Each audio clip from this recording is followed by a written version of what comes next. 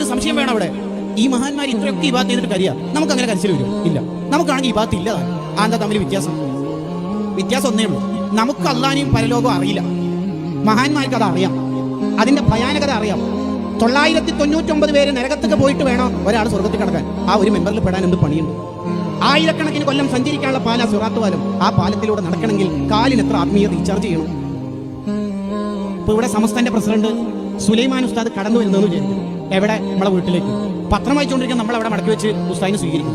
നമ്മുടെ ഒരു ചെറിയ മോള് UKG പഠിക്കുന്ന ഒരു ചെറിയ മോള് ഉസ്താദിനെ മെയിൻ ജോലി ചെയ്യില്ല. കാരണം ആ കുട്ടിക്ക് സുലൈമാൻ ഉസ്താദിനെ അറിയില്ല. നമുക്ക് അറിയാം. ഗസാലി ഇമാമിനെ നിസ്കരിക്കുമ്പോൾ ആരെ മുമ്പിലാണ് നിൽക്കുന്നതെന്ന് അറിയാം, നമുക്ക് അറിയില്ല. അത്ര തന്നെ വ്യത്യാസമുള്ളൂ. ഇനി വേറെ തക്കിക്കൊന്നും പറ്റേണ്ട ആവശ്യമില്ല. ഇതാണ് നമ്മുടെ നിലവിലുള്ള സ്റ്റാറ്റസ്. നമുക്ക് പേടി വേണം, ആഖിറത്തെ ഓർത്ത് പേടി വേണം. എല്ലാ ആൾക്കാരെയും നരകത്തിൽ കടത്തി ഒരാളെ മാത്രം സ്വർഗത്തിൽ കടത്തുന്നു എന്ന് അള്ളാഹ് പറഞ്ഞാൽ ഞാൻ വിചാരിക്കും അത് ഞാനായിരിക്കും എന്ന് ഉമർ റളിയല്ലാഹു പറയുന്നു. അതേ ഉമറങ്ങൾ എന്നെ പറയുന്നത് കാണാം, എല്ലാവർക്കും സ്വർഗം കൊടുത്തു, ഒരാൾക്ക് മാത്രം നരകമാണ് എന്ന് അള്ളാഹ് പറഞ്ഞാൽ ചിലപ്പോൾ അതിന് ഞാനായിരിക്കും എന്ന് പറയാൻ എന്ന് ഞാൻ കരുതും എന്ന് പറയും.